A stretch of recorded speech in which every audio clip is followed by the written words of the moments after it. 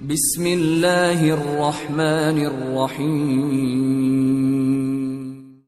دوسری طرف ہندوستان کی سلطنت کے وزیر غازی الدین کو جب احمد شاہ ابدالی کی پیش قدمی کی خبر ہوئی تو وہ اتنا دہشت زدہ اور برافروختہ ہوا کہ اس نے ہندوستان کے شہنشاہ شاہ عالمگیر ثانی کو قتل کر دیا، اس لیے کہ شاہ عالمگیر ثانی نے احمد شاہ ابدالی کو خط لکھ کر حملہ آور ہونے کی دعوت دی تھی۔ شاہ عالمگیر ثانی کو قتل کرنے کے بعد غازی الدین نے اپنے پرانے حریف انتظام الدولہ کا بھی گلا گونڈ کر مروا دیا۔ ان واقعات کی خبر پا کر احمد شاہ بے حد مشتعل اور برافروختہ ہوا۔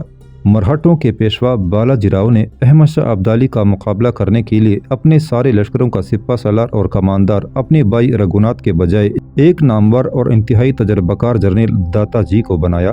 جس وقت احمد شاہ ابدالی سرہند کی طرف کوچ کر رہا تھا، اس وقت داتا جی اپنے لشکر کے ساتھ سکرتال کے مقام پر پڑاؤ کیے ہوئے تھا، اور یہیں اس نے مغل شہنشاہ کے سپہ سالار نجیب الدولہ کو نظر بند کر رکھا تھا۔ داتا جی کو خبریں پہنچ چکی تھی کہ احمد شاہ ابدالی سرہند سے جنوب کی طرف بڑھے گا، اور نجیب الدولہ جسے داتا جی نے نظر بند کر رکھا ہے اس کی مدد کے لیے ضرور آئے گا۔ لہٰذا داتا جی نے یہی فیصلہ کیا کہ احمد شاہ ابدالی اور اس کے لشکریوں کو دہلی میں داخل نہ ہونے دیا جائے اور آگے بڑھ کر ان کی راہ روک دی جائے۔ اپنے اس مقصد کی برآوری کے لیے داتا جی نے دسمبر کے مہینے میں پانی پت کے نزدیک رامر گھاٹ پر جمنا کو عبور کیا اور تمام غیر ضروری سامان اور عورتیں اور بچے اپنے دو جرنیلوں گوبند اور ٹیکو جی کے ساتھ ایک محفوظ شہر کنج پورہ کی طرف روانہ کر دیے۔ دریائے جمنا کو عبور کرنے کے بعد داتا جی نے ایک بہت بڑا ہراول لشکر تیار کیا، اسے اپنے آگے روانہ کیا تاکہ وہ کم از کم احمد شاہ ابدالی کے ہراول دستوں اور خود احمد شاہ کے لشکر سے ٹکرائے، اس لیے کہ داتا جی چاہتا تھا کہ احمد شاہ ابدالی کی قوت کا اندازہ لگائے۔ ساتھ ہی داتا جی نے چند دستے اپنے ہراول دستے کی حفاظت کے لیے گات میں بھی بٹھا دیے تھے تاکہ اگر اس کے ہراول لشکر کو پسپائی کا منہ دیکھنا پڑے تو گات میں بیٹھے ہوئے دستے احمد شاہ ابدالی کے لشکر پر اچانک حملہ آور ہو کر اس کی شکست کو فتح میں تبدیل کر دیں۔ اپنے اس ہراول لشکر کا سپہ سالار داتا جی نے اپنے ایک نامور اور انتہائی تجربہ کار جنرل بوئیٹے کی کمانداری میں دیا تھا۔ یہ ہراول لشکر تانیر کے نزدیک تراوڑی کے تاریخی مقام پر آ کر خیمہ زن ہوا تھا تاکہ احمد شاہ ابدالی کے لشکر سے ٹکرائے۔ داتا جی کا لشکر ابھی دریا جمنا کو عبور کر ہی رہا تھا کہ احمد شاہ ابدالی کی طلائع گر دستوں نے اسے خبر دی کہ داتا جی ہراول لشکر کی آڑ میں افغانوں کی قوت کا اندازہ لگانا چاہتا ہے اور وہ اپنے ہراول لشکر کی حفاظت کے لیے مزید 2 لشکر بھی گات میں بٹھانے کا عزم کیے ہوئے ہے۔ یہ خبریں ملنے کے بعد احمد شاہ ابدالی نے فوراً شاہ ولی خان، جہان خان، برخوردار اور عبداللہ کو اپنے خیمے میں طلب کیا۔ جب یہ چاروں احمد شاہ ابدالی کے خیمے میں داخل ہوئے تو احمد شاہ نے ان چاروں کو پوری صورتحال سے آگاہ کیا اور ان سے مشورہ طلب کیا۔ اس پر سب سے پہلے شاہ ولی خان نے بولتے ہوئے کہا، پاشا، آپ بھی اپنی طرف سے ایک ہراول لشکر ترتیب دیجیے جو مرہٹوں کے ہراول لشکر سے ٹکرائے، لیکن اپنے اس ہراول لشکر کی حفاظت اور مدد کے لیے 2 مزید لشکر گات میں بٹھا دیں تاکہ اگر ہمارے ہراول لشکر پر مرہٹوں کا زیادہ زور پڑے تو گات میں بیٹھے ہوئے لشکر اپنے مقدمت الجیش کی مدد کر کے مرہٹوں کو بھاگنے اور پسپا ہونے پر مجبور کر دیں۔ شاہ ولی خان جب خاموش ہوا تو عبداللہ بولا اور احمد شاہ ابدالی کو مخاطب کر کے کہنے لگا، پاشا، اگر مرہٹے ہمارے خلاف کوئی چال اور فریب کاری سے کام لے رہے ہیں تو ہمیں بھی ان کے خلاف ایسی ہی چال چلنی چاہیے۔ میں شاہ ولی خان کی تجویز سے اتفاق کرتا ہوں کہ ہمیں بھی مرہٹوں کے ہراول لشکر کے مقابلے میں اپنے ہراول لشکر ترتیب دے کر اس کا مقابلہ کرنا چاہیے اور 2 لشکروں کو گات میں ہراول لشکر کی مدد کرنی چاہیے، لیکن میرے ذہن میں ایک مختلف طریقہ کار بھی ہے۔ جیسا کہ آپ نے بتایا ہے کہ مرہٹے تراوڑی کے تاریخی میدان کی طرف جائیں گے اور یہیں ان کا ہراول لشکر ہمارے ساتھ ٹکرانا چاہتا ہے، لہٰذا میری تجویز یہ ہے کہ تراوڑی کے میدان میں مرہٹوں کی آمد سے پہلے ہی ہمیں اپنے ہراول لشکر کو وہاں پہنچا دینا چاہیے اور ہراول لشکر سے تھوڑا سا پیچھے دائیں بائیں مزید 2 لشکر گات میں بٹھا دینے چاہیے۔ جنگ جب اپنے عروج پر آئے اور ہراول لشکر دیکھے کہ مرہٹوں کے گات میں بیٹھے ہوئے لشکر بھی اس پر حملہ آور ہو گئے ہیں، تب وہ پیچھے ہٹتے ہوئے پسپا ہونا شروع ہو جائے، یہاں تک کہ مرہٹوں کے لشکر کو اس جگہ لے آئے جہاں پہلے ہمارے 2 لشکر گات میں بیٹھے ہوئے ہوں گے، اور جو ہی مرہٹوں کا لشکر وہاں دائیں بائیں سے ہمارے گات میں بیٹھے ہوئے لشکر اور سامنے کی طرف سے ہراول لشکر ان پر حملہ آور ہو جائے، اس طرح ہم دشمن کو کچل کر رکھ دیں گے۔ پاشا، میں یہاں یہ بھی گزارش کروں کہ مرہٹے جہاں جنگ کا وسیع تجربہ رکھتے ہیں وہاں وہ بہترین تیغ زن بھی ہیں، ہندوستان کی سرزمین میں کم از کم وہ ناقابل شکست مانے جاتے ہیں۔ میرے خیال میں مرہٹوں کا سپہ سالار داتا جی ہم سے ٹکرانے سے پہلے جو اپنا ہراول و لشکر روانہ کر رہا ہے، تو میرے خیال میں اس سے اس کے دو مقاصد ہوں گے۔ اول یہ کہ وہ ہماری قوت کا اندازہ لگانا چاہتا ہے، دوم یہ کہ وہ ہر صورت میں اپنے ہراول لشکر کو فتح مند دیکھنا چاہتا ہے، تاکہ ہراول لشکر کی فتح مندی سے اس کے دوسرے لشکریوں پر اچھے اثرات پڑیں اور اس فتح سے اس کے لشکریوں کے حوصلے بلند ہوں اور وہ بہترین انداز میں ہمارا مقابلہ کر سکیں۔ یہاں تک کہنے کے بعد عبداللہ خاموش ہو گیا۔ احمد شاہ ابدالی کو شاید اس کی تجویز پسند آئی تھی، اس لیے کہ اس لمحے اس کے چہرے پر ہلکی ہلکی مسکراہٹ تھی۔ پھر احمد شاہ ابدالی نے کچھ سوچا، اس کے بعد وہ فیصلہ کن انداز میں بولا، سنو میرے رفیقو، شاہ پسند نے جو تجویز پیش کی ہے وہ قابل عمل بھی ہے اور میرے دل کو بھی لگی ہے، لہٰذا اب میرا بھی فیصلہ سنو۔ جہان خان کی سرکردگی میں اس وقت جو 16,000 کا لشکر ہے وہی ہراول لشکر کے طور پر کام کرے گا اور جہان خان ہی اس لشکر کی کمانداری کرے گا۔ ابھی اور اسی وقت جہان خان اپنے اس لشکر کے ساتھ تراوڑی کے میدان کی طرف کوچ کرے گا، مرہٹوں کی آمد سے پہلے تراوڑی کے میدان میں جا کر پڑاؤ کرے گا۔ جہان خان کے پیچھے پیچھے شاہ پسند اور برخوردار خان بھی اپنے حصے کے لشکروں کے ساتھ تراوڑی کے میدان کی طرف بڑھیں گے اور جہان خان سے تھوڑا سا پیچھے گڑھے کھود کر اپنے لشکر کو لے کر گات میں بیٹھ جائیں گے۔ اب جہان خان یہ کام کرے گا کہ مرہٹوں کے ساتھ جنگ کی ابتدا کرے گا۔ جب جنگ اپنے عروج پر آئے اور جہان خان دیکھے کہ گات میں بیٹھے ہوئے مرہٹوں کے لشکر بھی ان پر وارد ہو گئے ہیں تو وہ پلٹے، لیکن آہستہ آہستہ مرہٹوں کو یہ احساس نہ ہونے دے کہ وہ کسی جنگی چال کے تحت پسپا ہو رہا ہے اور یہ تاثر دینے کی کوشش کرے کہ وہ مرہٹوں کے دباؤ کو برداشت نہیں کر سکا، لہٰذا پسپا ہوتے ہوئے جہان خان شاہ پسند اور برخوردار خان کے لشکر کے قریب مرہٹوں کو لے آئے۔ اس کے بعد مجھے امید ہے کہ شاہ پسند اور برخوردار کے حملہ آور ہونے سے مرہٹے تعداد میں خواہ کتنے بھی ہوں زیادہ دیر تک میدان جنگ میں ٹھہر نہیں سکیں گے، لہٰذا میرے رفیقو، تم لوگ ابھی اور اسی وقت حرکت میں آؤ اور تراوڑی کے میدان کی طرف بڑھو۔ میں اور شاہ ولی خان بھی یہاں سے اپنا لشکر کا پڑاؤ اٹھا کر تراوڑی کے میدان کی طرف آہستہ آہستہ کوچ کریں گے، تاکہ اگر اپنے ہراول لشکر کی شکست کے بعد مرہٹوں کا سپہ سالار اپنے سارے لشکر کے ساتھ ہمارے ہراول لشکر پر وارد ہونا چاہے تو میں آگے بڑھ کر اس کی راہ روک سکوں۔ اب تم لوگ اپنے لشکر کے ساتھ حرکت میں آؤ اور یہاں سے کوچ کر جاؤ۔ اس کے ساتھ ہی شاہ ولی خان، جہان خان، عبداللہ اور برخوردار خان احمد شاہ ابدالی کے خیمے سے نکل گئے تھے۔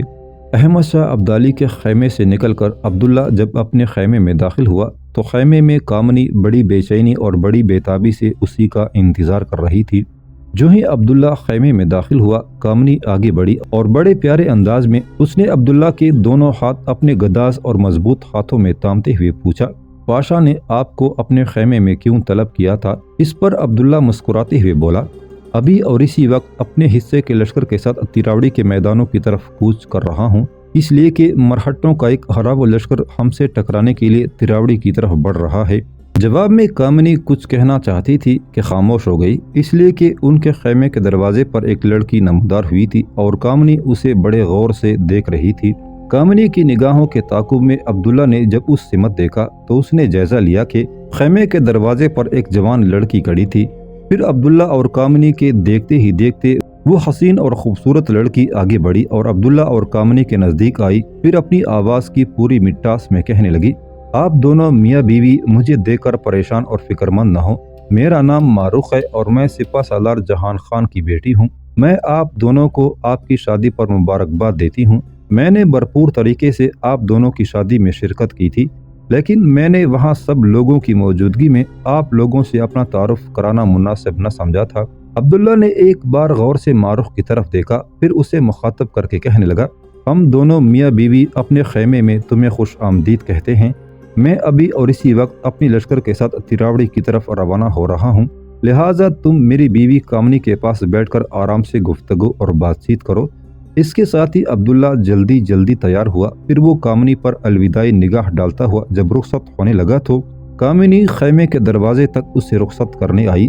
جب عبداللہ اس کی نگاہوں سے اوجھل ہو گیا تب کامنی پلٹی اور ابھی تک خیمے کے وسط میں کڑی معروف کے قریب آئی اور بڑی نرمی میں اسے مخاطب کر کے کہنے لگی، معروف میری بہن، تم کڑی کیوں ہو؟ بیٹھ جاؤ۔ معروف کامنی کے اس اندازی گفتگو سے خوش ہوئی، پھر وہ کسی قدر بے تکلفی کرتے ہوئے کامنی کے سامنے بیٹھ گئی تھی۔ خیمے میں تھوڑی دیر تک خاموشی رہی۔ اس کے بعد ماروخ بولی اور کامنی کو مخاطب کر کے کہنے لگی، کامنی میری بہن، میں تمہاری شادی میں شریک تو ہوئی، لیکن میں نے اپنا تعارف نہیں کروایا تھا۔ اب میں اس لیے حاضر ہوئی ہوں کہ تم سے اپنا تعارف بھی کراؤں اور تم کو شادی کی مبارکباد بھی دوں۔ اس پر کامنی خوشی کا اظہار کرتے ہوئے کہنے لگی، ماروخ میری بہن، تم نے اچھا کیا کہ مجھ سے ملنے آ گئی، اس لیے کہ میں نے تمہیں بھی دیکھ لیا اور خود شاہ پسند بھی تمہیں دیکھ چکے ہیں۔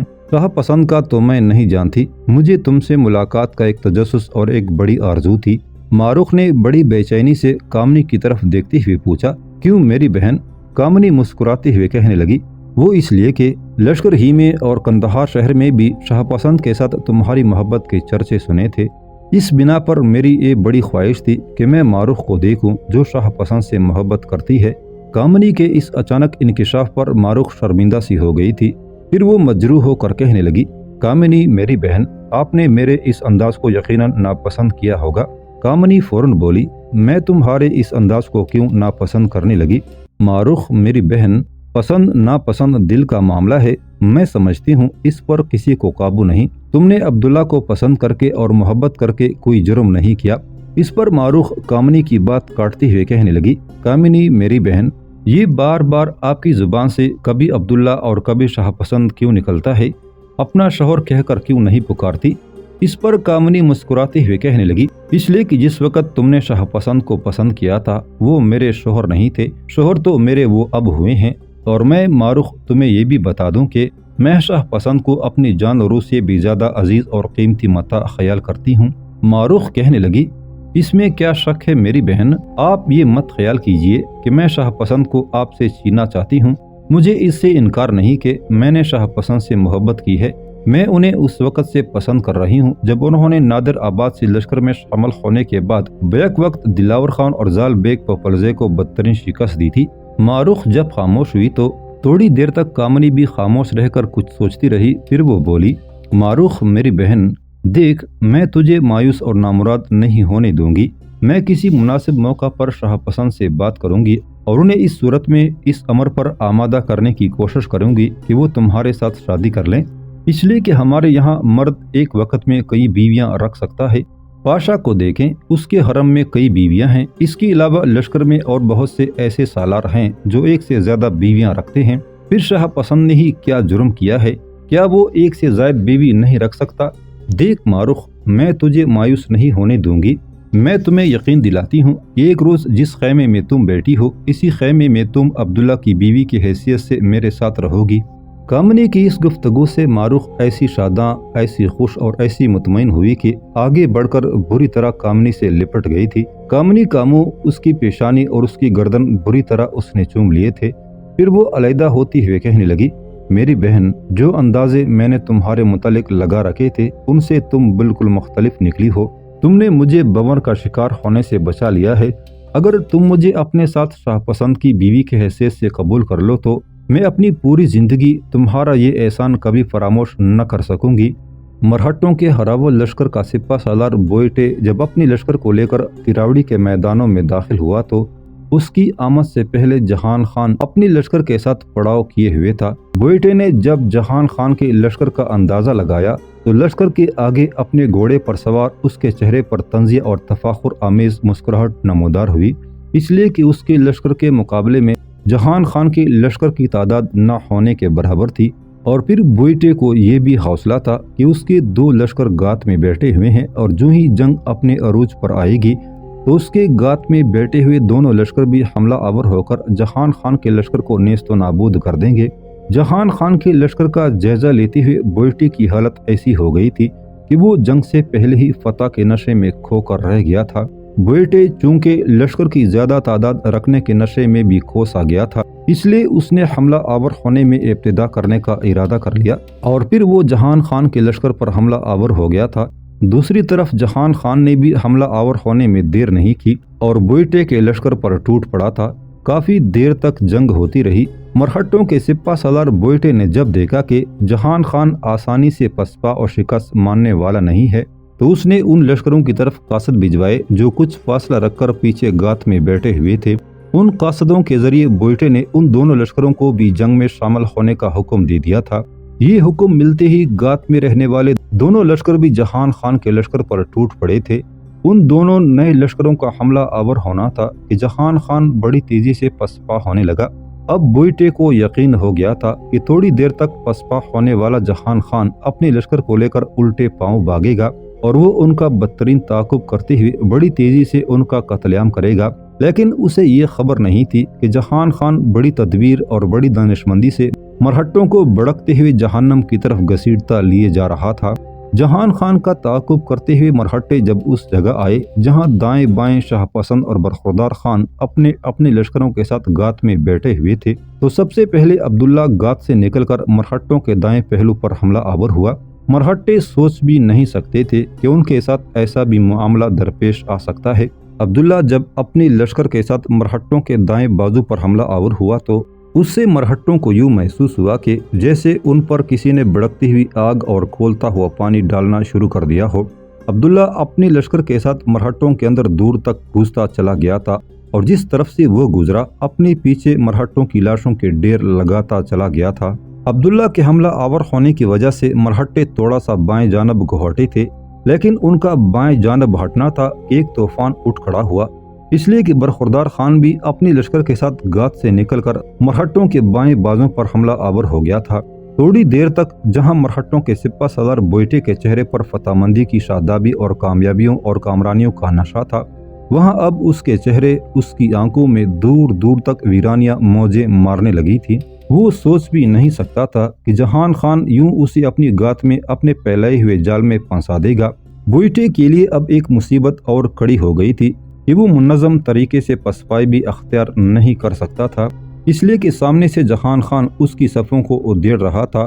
دائیں طرف سے عبداللہ نے مرہٹوں کا قتل عام شروع کر رکھا تھا اور بائیں جانب سے برخوردار خان زندگی کو خون آلود کرنے کا کام شروع کر چکا تھا۔ تراوڑی کے وسیع و عریض تاریخی میدان میں یوں لگتا تھا جیسے آتش فشاں پھٹنے کی آوازوں کا ایک بحران اٹھ کھڑا ہوا ہو۔ بوئٹے زیادہ دیر تک عبداللہ، جہان خان اور برخوردار خان کے جان لیوا حملوں کا دباؤ اور زور برداشت نہ کر سکا۔ اس نے جب دیکھا کہ تین اطراف سے اس کے لشکر کا قتل عام شروع ہو چکا ہے تو وہ پہلے پسپا ہوا، پھر پیٹ پھیر کر ایسے بھاگا کہ واپس مڑ کر نہیں دیکھا۔ جہان خان، عبداللہ اور برخوردار خان نے بڑی خونخواری سے اس کا تعاقب کیا اور دور تک انہوں نے مرہٹوں کے لشکر کی پشت پر حملہ آور ہوتے ہوئے لمحہ بلمحہ ان کے لشکر کی تعداد کو کم کر دیا۔ پھر جہان خان، عبداللہ اور برخوردار خان واپس لوٹ آئے تھے، جبکہ بوئٹے اپنے بچے کچے لشکر کے ساتھ اپنے بڑے لشکر میں جا شامل ہوا تھا۔ مرہٹوں کے سپہ سالار داتا جی کو اپنے ہراول لشکر کے کماندار بوئٹے کے شکست کا بے حد دکھ اور صدمہ ہوا تھا۔ تراوڑی کے تاریخی میدان میں جس وقت مرہٹوں کو شکست دینے کے بعد جہان خان، عبداللہ اور برخوردار خان واپس احمد شاہ ابدالی کی طرف آ رہے تھے اور احمد شاہ ابدالی ایک جگہ پڑاؤ کر کے ان تینوں کا استقبال کرنے کی تیاریاں کر رہا تھا، جمال خان، دلاور خان اور عبدالخالق خان زال بیگ پپلزے کے خیمے میں داخل ہوئے۔ جب وہ سب آ کر زال بیگ پپلزے کے سامنے بیٹھ گئے تب زال بیگ اپنے خیمے سے باہر نکلا۔ ایک بار ایک بڑا رازدارانہ سا چکر اس نے اپنے خیمے کی گرد لگایا، پھر وہ اندر آیا اور تینوں کو مخاطب کر کے پوچھنے لگا، میرے ساتھیو، تم جانتے ہو میں نے تمہیں کیوں اپنے خیمے میں بلایا ہے؟ اس پر دلاور خان بولا، زال بیگ، ہم کیا جانے تم نے ہمیں کیوں بلایا ہے؟ بہرحال جس غرض کے لیے تم نے بلایا ہے کہو، کیا معاملہ ہے؟ اس پر زال بیگ بڑی دھیمی اور رازدارانہ آواز میں کہنے لگا، میرے ساتھیو، میرے رازدارو، تم تینوں جانتے ہو کہ میری چچا آزاد اور میری منگیتر ماروخ نے میرے ساتھ منگنی توڑ دی ہے اور میرے چچا جہان خان نے باقاعدہ مجھے اس کی اطلاع بھی کر دی ہے۔ منگنی توڑنے کی وجہ یہ ہے کہ شاہ پسند نے مجھے مقابلے میں شکست دے دی تھی۔ میرے چچا کا کہنا ہے کہ ماروخ اسی روز سے مجھ سے نفرت اور شاہ پسند سے محبت کرنے لگی تھی جس روز شاہ پسند نے مجھے اور دلاور خان کو مقابلے میں شکست دی تھی۔ دیکھو میرے ساتھیو، میرے لیے یہ ناقابل برداشت ہے کہ ماروخ میرے بجائے شاہ پسند کی بیوی بنے۔ شاہ پسند پہلے ہی کامنی سے شادی کر چکا ہے، اب اگر ماروخ بھی اس سے شادی کرتی ہے تو یہ ہمارے منہ پر انتہائی ذلت کا بھرپور تمانچہ ہوگا، لہٰذا میں کسی بھی صورت ماروخ کو شاہ پسند کا ساتھی بننے نہیں دوں گا۔ میرے ساتھیو، مجھے یہ بھی خبریں مل گئی ہیں کہ ماروخ شاہ پسند کے خیمے میں بھی جانے لگی ہے اور یہ کہ کامنی نے اس کے ساتھ یہ بھی وعدہ کر لیا ہے کہ کہ وہ شاہ پسند کو اس بات پر آمادہ کرے گی کہ وہ ماروخ سے شادی کر لے، لہٰذا میں نے ارادہ کر لیا ہے کہ میں ماروخ کو موت کے گھاٹ اتار دوں گا۔ اس پر دلاور خان تڑپ کر بولا، دیکھ زال بیگ، اتنا بڑا ظلم مت کرنا، ہم جو شاہ پسند کو کامنی کے ہاتھوں قتل کرانے کا چکر چلا چکے تھے اسے ہی نہیں نبھا سکے۔ اگر ہم نے ماروخ کو قتل کر دیا تو یاد رکھنا پاشا ہم چاروں کو زندہ زمین میں دفن کر دے گا۔ دلاور خان کے خاموش ہونے پر زال بیگ پوپلزئی پھر بولا، دلاور خان، تم ماروخ کی بات کرتے ہو، میں تو اپنے دل میں یہ بھی ارادہ کیے ہوئے ہوں کہ ماروخ کے ساتھ شاہ پسند اور کامنی کو بھی قتل کر دینا چاہیے، کیونکہ شاہ پسند ہی میری تباہی اور بربادی کا باعث ہے۔ نہ وہ مجھ سے اور تم سے مقابلہ جیتا، نہ ماروخ مجھ سے منگنی توڑ کر اس سے پسند کرنے لگتی۔ اس پر عبدالخالق بولا، زال بیگ، تمہاری باتیں بچگانہ اور بے بنیاد سی لگتی ہیں۔ اگر ہم نے کامنی اور شاہ پسند پر بھی ہاتھ ڈالا تو یاد رکھنا پاشا ہم سب کو ہی نہیں بلکہ ہمارے خاندانوں اور نسلوں تک کا خاتمہ کر کے رکھ دے گا۔ لہٰذا شاہ پسند اور کامنی کے قتل میں ہم کسی بھی صورت تمہارا ساتھ دینے کے لیے تیار نہیں ہیں۔